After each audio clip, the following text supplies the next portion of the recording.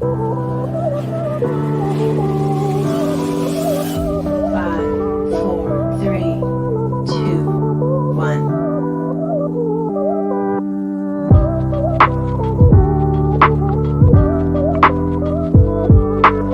evening, everyone. This is Mick Ruby from Mufc Realist TV, your captain, your gaffer, the one and only that creates the show. Unfortunately, tonight I have some bad news. The bad news is that I cannot be in the show. Even like Captain Bruno, I played every single minute. But don't worry, because we have scintillating panel. It is Phil Standish show, and tonight, people, we are going to talk about the warm-up of the Premier League, looking ahead with Manchester United. We have scintillating guests. We have She-Devil Nick, Man U Nick in the house. You remember her? Woo! And also Jarvis Cocker. But you know what? Before we continue, before I let him in the green room, I'm sitting in the controls. You know what to do? Smash the like, hit the like, because here we go, people. Let's do this. Are you ready to rumble? Go! Now, for the thousands in attendance and the millions watching around the world on Mufc Realist TV. Ladies and gentlemen, from Mandalay Bay, Las Vegas, let's get ready to rumble!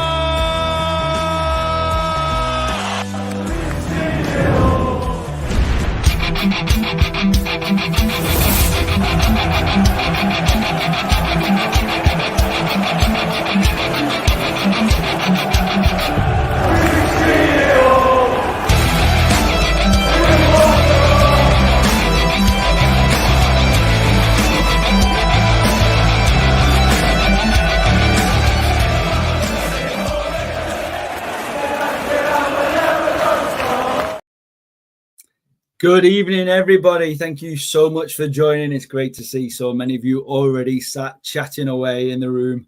As you've seen, the breaking news is that Mick is playing away tonight. Do not tell his wife; she will not be very happy. That is not what I mean. That is, let's not start with those kind of rumors. He's away. He's having a night off. He needed the rest. He's been working right through the night, right through the morning, sending us random pictures of him half asleep in bed, which nobody needs to see those, but he insists on sending them anyway, and that's what we get. So be glad you're not part of this panel, some of those moments. Yeah, great to see so many of you in the chat room already. Big up to Steph. Thank you for the big shout out there, Steph. Big up Mick, Jarvis, Phil, Nick. Nick should hopefully be with us in about 25 minutes, something like that. And obviously all the fellow VAR rumors. Not rumors, yeah, it's all true, it's not rumors. Finally found out what FFP stands for, Fred Fenerbahce player. Wow, yes. Yeah. Moving us swiftly on, very smooth introduction there with that, Steph. We're going to move over to Jarvis with any news of the day. What news have you heard of the day, Jarvis? Oh, the big news is Fred, obviously, as you mentioned, with Fred and Fenerbahce. The transfer sum not big enough, 10 plus 5, but, I'll take it. I take it in exchange of Amrabat. No problem for me. So, knock, knock. I hear we have someone coming in the door. Let's see. Well... Ooh. It's What's up, guys? Good evening. How you doing? Oh, I'm happy. It's the Fred farewell party. I can't do any better. I mean, this is an amazing time. I mean, it's a new leaf. It's gonna be a brand new Man United. I'm excited, guys, for this season to start. Oh, we were literally in the middle of just breaking the news that or sharing the news at least that Fred is going to Fenerbahce for the rumoured 15 million. I mean, I know it doesn't sound a lot when you think of what we paid for him, and everyone said at the time we overpaid. And I think part of the problem was he was playing so well at his previous club in that attacking midfielder role. It was expected it would just carry on at United. And don't forget, obviously, when we signed him, there was other clubs rumoured to be interested in him, like City and other clubs like that.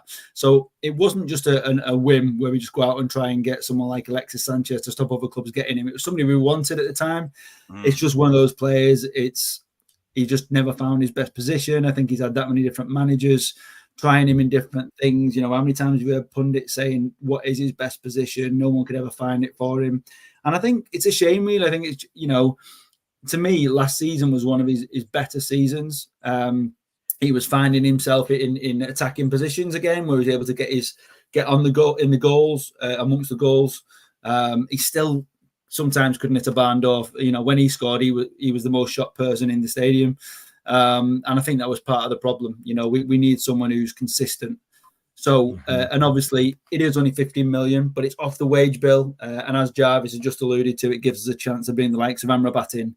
And also we've seen as well that the number 17 shirt has been given to our newest signing, Rasmus Hojlund. Yes, that's incredible. That's huge. I like it. Goal I like machine. it. Yes, No pressure. No pressure, Rasmus. No pressure. No pressure. 17 goals, maybe. That's all. Yeah, if he scores 1 goal for every number on his shirt, that'd be great. But we should have given him number 99 then, shouldn't we? Yeah. So what do we expect from Hojlund this season? Do you expect him to go nuts and score 20 goals, or do we expect him to do better or worse?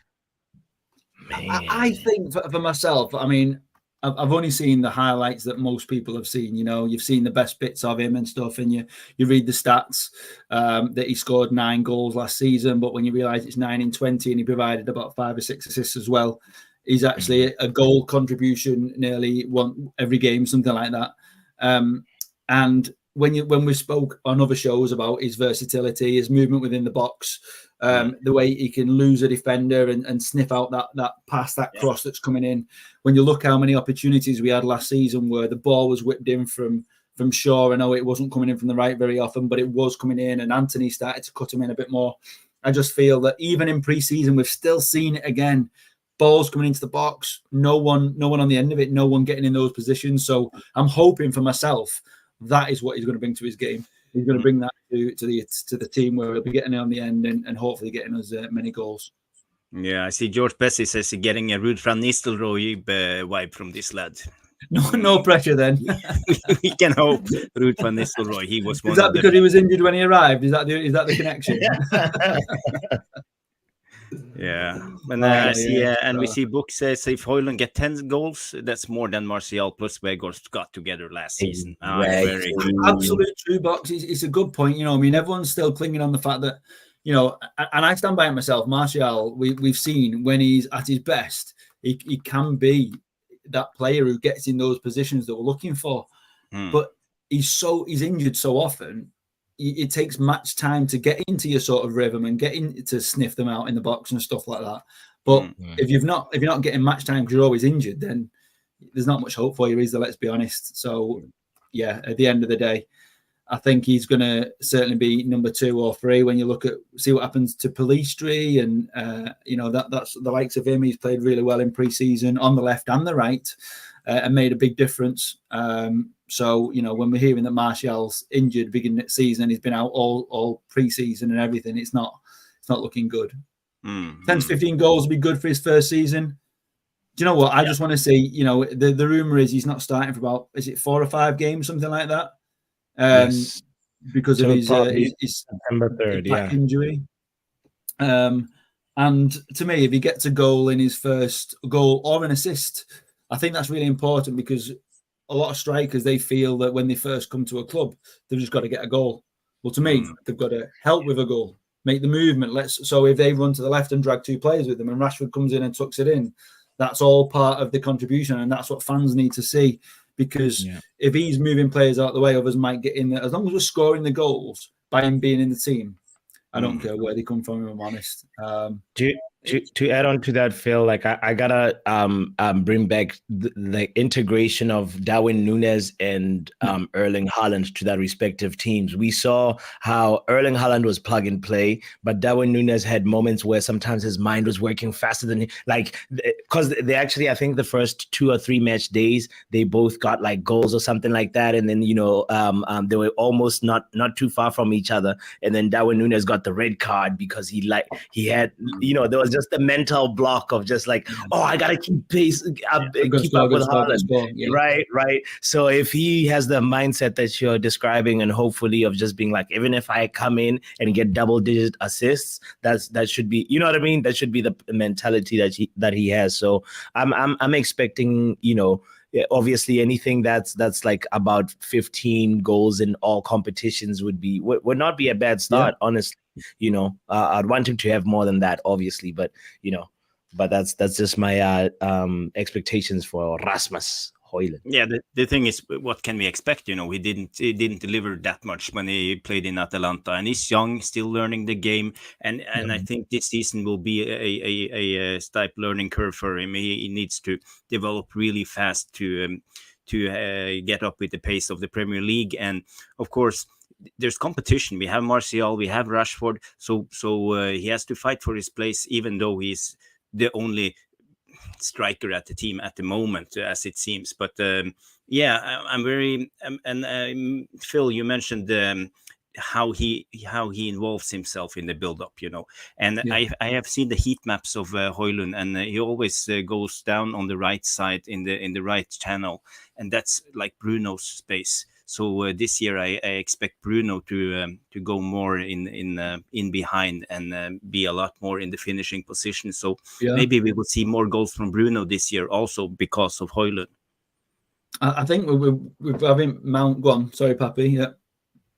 No, I was really agreeing with what Jarvis just said. Having Bruno in a little bit more advanced positions and closer to the box and in the box sometimes is going to be really, really it's going to be one of those seasons where I feel like Rasmus Hojlund, his the way he moves and the chemistry, the potential of the chemistry that they can build together is exciting for me, you know, and it would be one of those things where we have like the Mason Mounts and the Brunos getting scoring opportunities a lot more than we had actually anticipated. I got a special message from my ear as we speak. I think it's from the boss himself. Oh, here it is. He says, "Please, Warren, help me. I'm you can read it, Phil. Please, VR room, help me. I'm busy driving Fred to Turkey. Jarvis has hijacked the studio control. Snickers deduction incoming. Smash the like." Please take Fred and 𝒖𝒊𝒄𝒌 as well. Don't forget 𝒖𝒊𝒄𝒌. Mick's driving Maguire to London. Compost Smurf, love it, fantastic, great comments. Hardest worker on YouTube, 𝒖𝒊𝒄𝒌. Wow, what a title to be getting on that. Loving it, fantastic. Mick's in Turkey, dropping off Fred and 𝒖𝒊𝒄𝒌. Yeah, absolutely. He's out there. He's not here tonight. He's out shipping off all the unwanted United players. Hopefully he'll bring some back with him as well. That'd be really good. That'd be fantastic. So we're just talking on the news, Jarvis. Is there anything else? Obviously mentioned Fred. On other news, Fabrizio reported that the Bayer Leverkusen have signed Matteo Kovar from Man United on a permanent deal. 9 million euros, according to Kicker. So believed to have a buyback now clause. We have one goalkeeper less. Say again. Believed to have a buyback clause in the Kovac deal. Yeah, there's some clauses in the deal. I haven't figured out all of the details yet. Yeah. But I think I've read today there's a potential buyback in there as well, which is really good, because I think we've seen that before with youth, where we've said, yeah, go on, off you go and spread your wings, go and take your chance.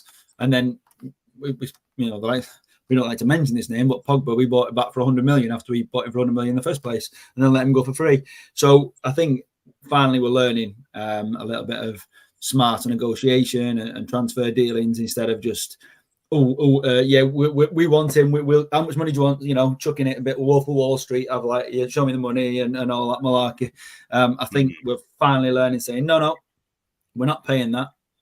And so, yeah, moving on to the next news. I'm not sure it's in your list, but I'm just going to mention the Harry Kane rumours that are still circulating today. He's obviously not jumped at Bayern Munich. Yes.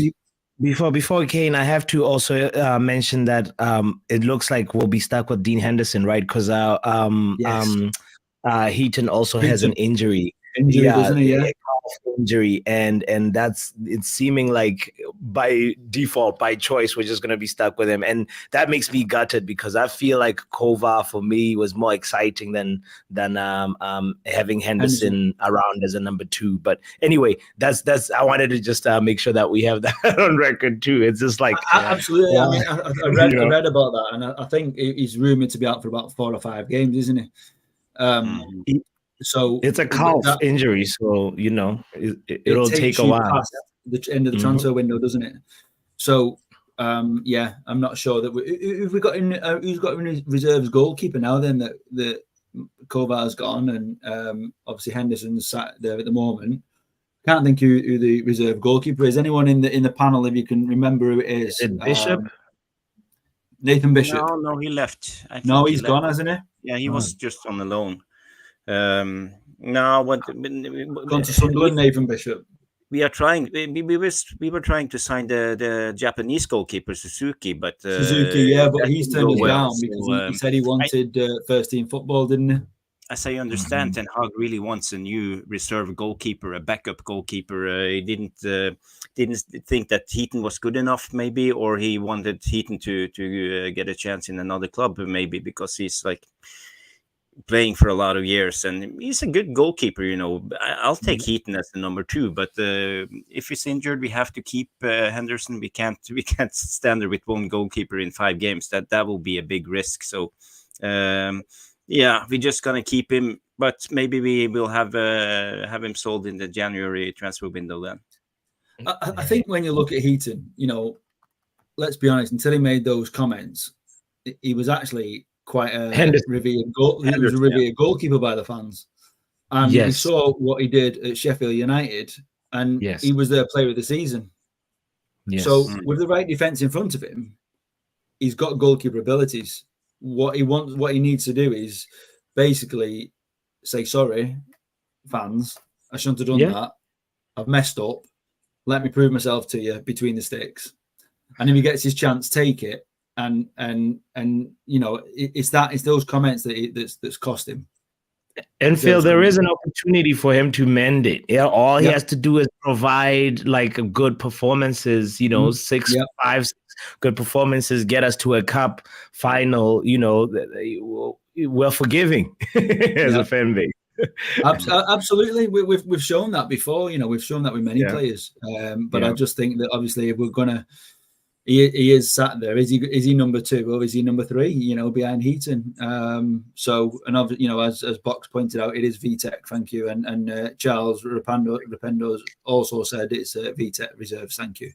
Yeah, absolutely. So I just wanted to touch quickly because we could. Actually, talking about goalkeepers, one more I just wanted to mention. David De Gea. Yes. Rumored to be linked to Real Madrid for free. Apparently, they've thrown the fax machine away and just dragged him there themselves. But then I read later on this evening that they're looking at someone called Bono. I thought he was in a band, but I don't know. So, yeah, I don't know what's happened. What do you think's happened? Anybody heard the latest on De Gea? Is it likely that he is going to end up at Madrid, or is he being messed around? Is it likely he could go back to Atletico on a free, or? What's the rumours? Nothing at the moment. Because we could get him back on a free. That'd be brilliant, wouldn't it? I don't think he'd want to come back. Not at all. I mean, to be fair, he didn't get slated when he left. He didn't seem to get too slated by the fan base. It was just like, thank you, good luck.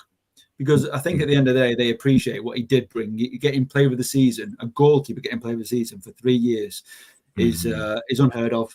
So we know what he did great, but he just didn't develop with this style of the game, the way that the game's going. So it's a shame, but we move on and we are building something fantastic. Speaking of looking at fantastic, I want to ask you what your thoughts are on the pre-season that we've seen so far. I'll go to you first, Pappi. Tell me what you think. Generally, just a quick summary because there's a lot to get through tonight. We don't want to keep everyone for 3-4 hours. Mick, even though he's not here, I'm sure he's watching with one eye open and a matchstick in the other. So let's make sure, Mick. Hi, good evening. We know you're out there observing, seeing how we're doing. But yeah, what do you think, Pappi? What do you think of the pre-season that you've seen? But and we understand that obviously pre-season is warm up at the end of the day. It's getting ready, isn't it? Exactly. That's exactly how I was gonna start by saying it's one of those things that reviewing it is almost pointless, but not reviewing it is also pointless, because you have to kind of have a bit of a perspective of where people are, how they are, what level of fitness and what level of rhythm they're bringing. So on one hand, I think to start off on the negatives, I'd say just having our two youth players get injuries, Kobbie Mainoo and Ahmad, that's the negative that I'd say I draw from the preseason. But on the flip side, the positives is like a lot of players got minutes, a lot of players that needed minutes, and some still need a lot of minutes. And I'd say the sharpest knife looks like Garnacho, which is really good and promising, because that's what you had wanted for him.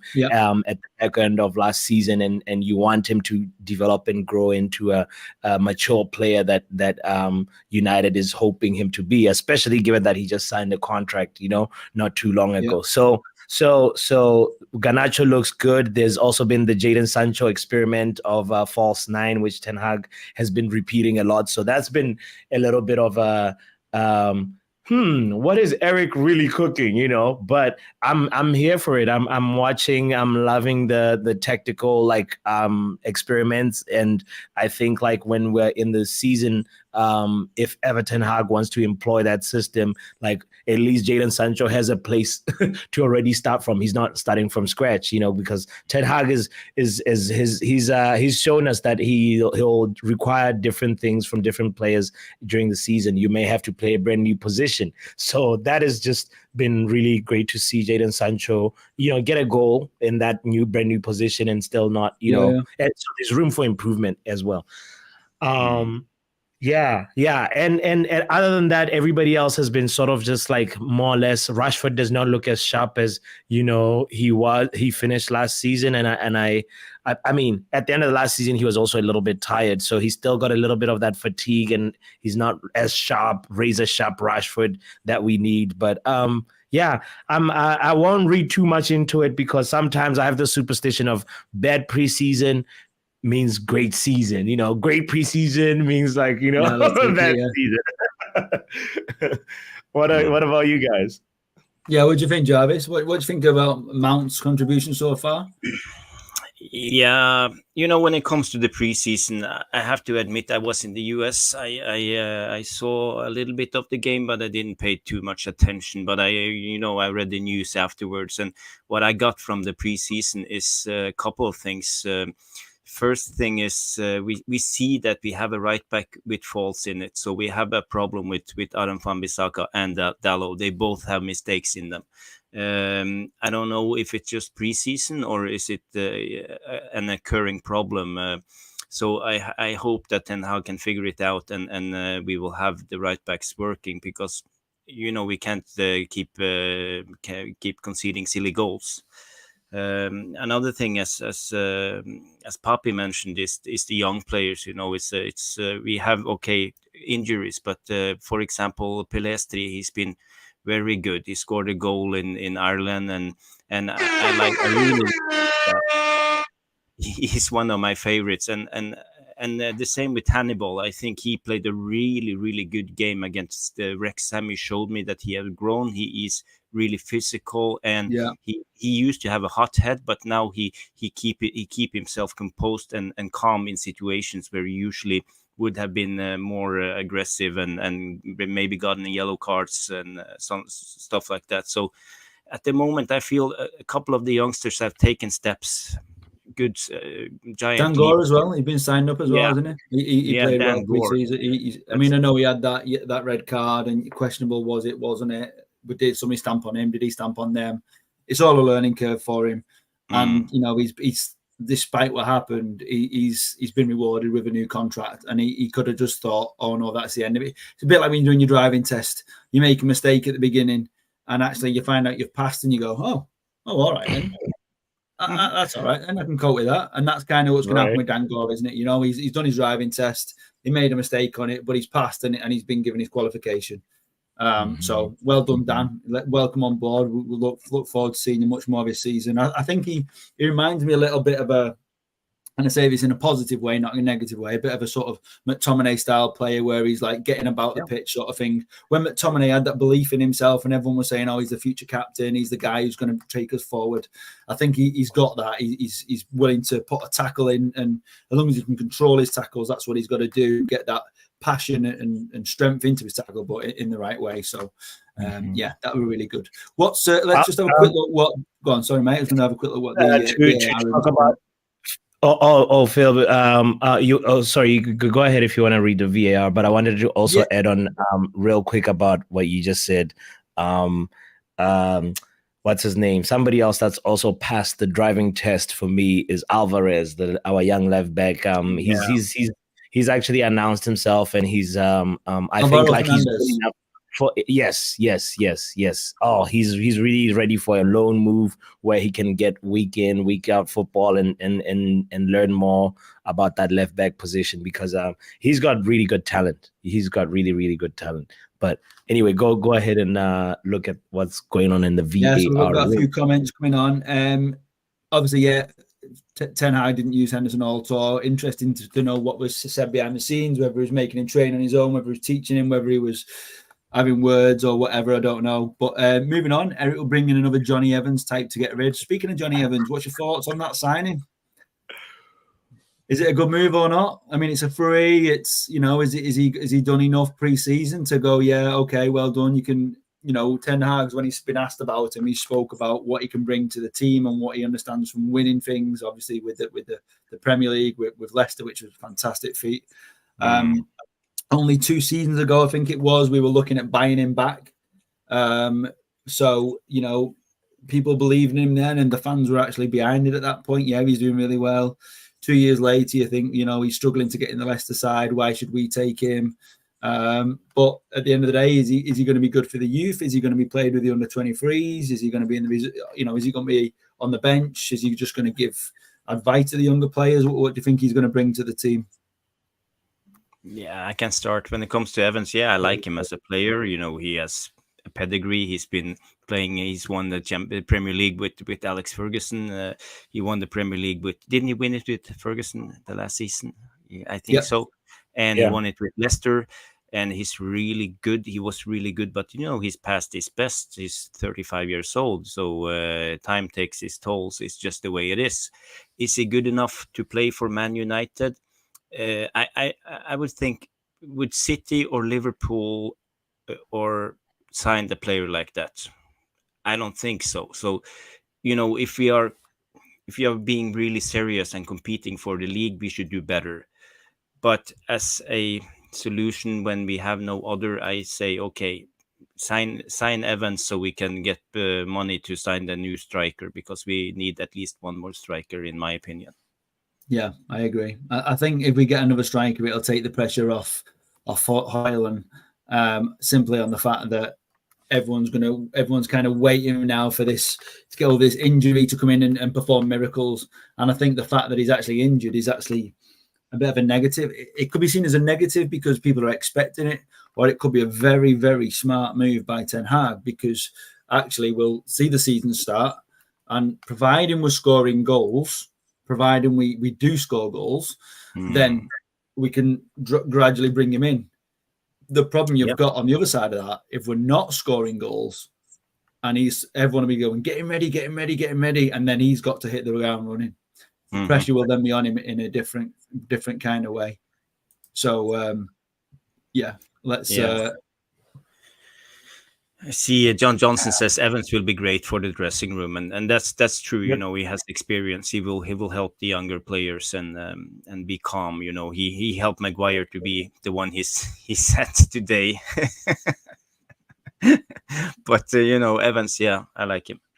I think we should have Johnny Evans, but not as a player. He should come in and be you know, give him a different role, because at the end of the day, we're just wasting registration space and squad player space by having Johnny Evans when we're trying to be playing high up the field, and having Johnny Evans trying to track back. Sometimes it doesn't really like gel well with me. Like, I don't want to say he's like Maguire because Johnny Evans is a 2-time Premier League champion, you know. But Johnny Evans' profile for me, like, I think it's way past this time for him to be donning a Man United shirt, you know.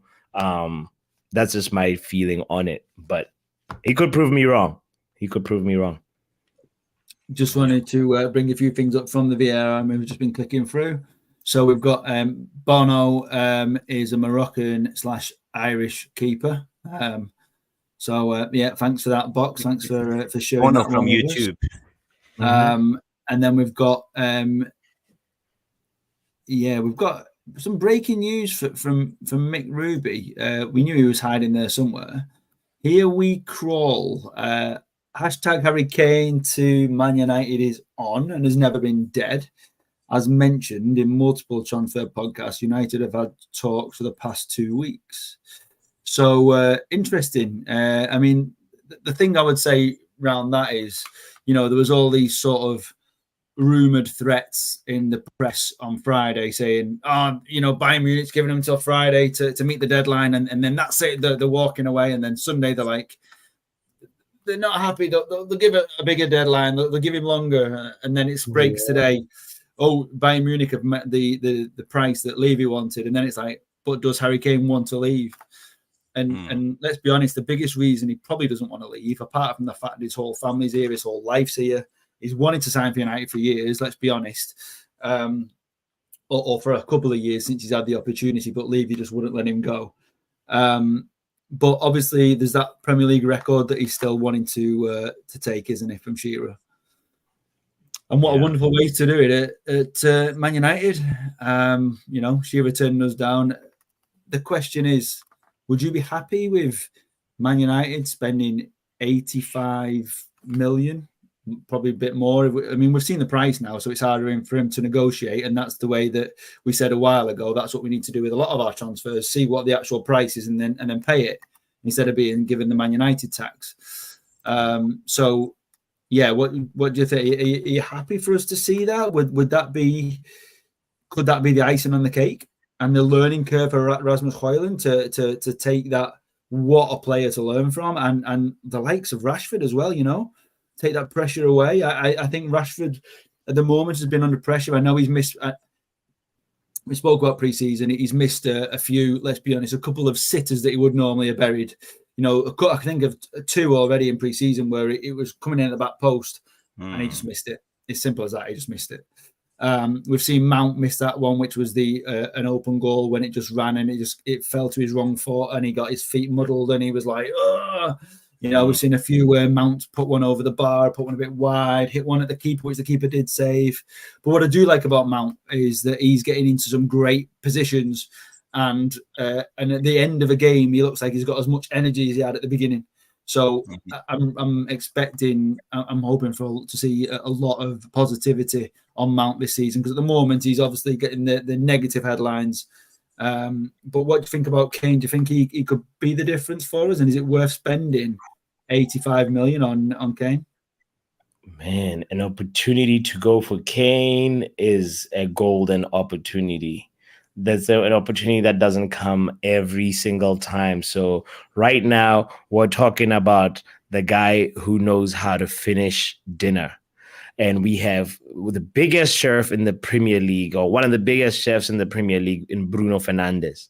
And then we just got in the biggest chef that Chelsea had. Like, you know, so these guys are going to be serving Harry Kane. If at all we had the opportunity to put Harry Kane into our squad, we have to be challenging for the title. There's no if, buts, or maybes. We are a dark horse in the Champions League. You know, there is no if, buts, or maybes about it. We are such a threat that, you know, if you look at what Ten Hag did last season, we were more impressive defensively than offensively. And if you now plug in this offensive masterpiece called Harry Kane, you're definitely completing the puzzle. And I think, you know, I could even go to the extent of throwing the question to you guys and being like, if you have the opportunity to say ship Jadon Sancho as well to raise funds right now for Harry Kane, would you do it between now and when the transfer window closes? You know, Pappi, how do I delete you from this chat? Seriously, the only reason I've not got my Sancho shirt on tonight because I thought I don't want anyone to think that I've only got one shirt that I wear and it needs a wash. But I thought I'd wear my Bruno. Your Bruno. I saw the Bruno. My Captain Bruno shirt tonight. But it doesn't mean I've got any less concern for Sancho. You're breaking me, man. You're cutting me deep. No. It's just a matter of just being creative. Okay, forget the Sancho part. Forget the Sancho part. How about let's get Kane by any means? It's literally it's an opportunity we can't miss on, guys. That's where I'm at with it. Ronak Joshi said Kane for free next season or 50 million in January. I know in principle that sounds great, but actually I don't think Kane wants that. I think he needs to know before he starts the season. He appears to be loyal to a club. Obviously, he's given a lot to Spurs. I think he just doesn't believe that he's going to win anything there, and I think it will be Bayern Munich or it will be Man United. I don't think he'll stay at Spurs. I just can't see him staying and then leaving for free. I know everyone's going, "Oh, it'd be brilliant that," but it is another year later, and we saw when Fergie left, Sir Alex Ferguson, when he left his post, he knew what he was doing when he left, because you look at the squad a year later. I know it was under Moyes, it was a different management, but the players had just gone over that bar where the energy had run out. They were hitting 30s and stuff like that. And Kane is getting to that point now where we're just going, what happens the year after? Look at Ronaldo. He came back to the Premier League. Everyone was like, yeah, we've got Ronaldo, we're going to win the league.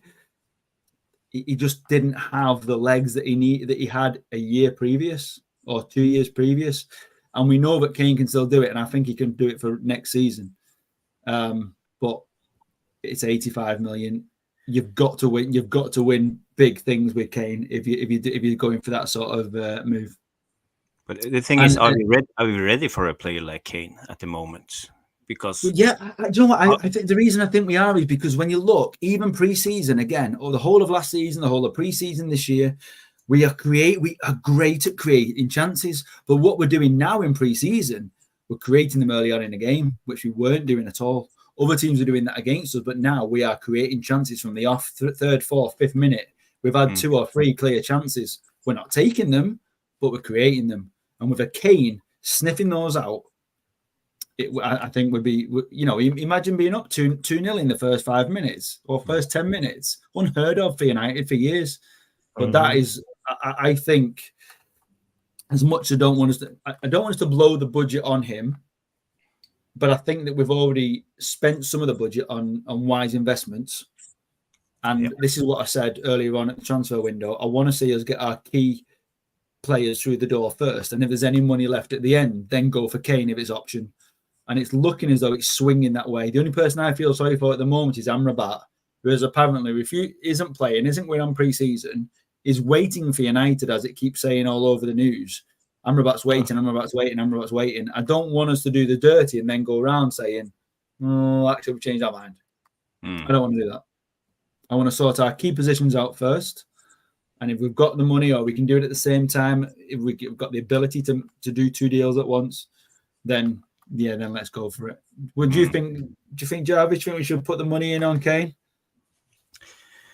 I'm not a big fan of aging strikers, even with a good pedigree. We have tried it so many times. We tried with Zlatan, we tried with Alexis Sanchez, we tried with Ronaldo, we tried with Cavani. So we have been doing this for so many years. So my PTSD tells me no. But when it comes to Kane and how he will fit our team, I think he will be the missing piece of the puzzle, and he will make the picture perfect. So I would say I would spend those money on Kane. I think it will be worth it. Yeah, and Steph's saying the wage will be north of 400 a week per Kane. I would like to think that that's false, because one thing that we do believe about the Spurs players is they're not paid astronomical wages. So he wouldn't be expecting to come for astronomical wages, because if he's only coming for astronomical wages, then, like I've said, for every other transfer we're looking at, I don't want them. If he wants to come to play for the shirt, win trophies, and try to get his goal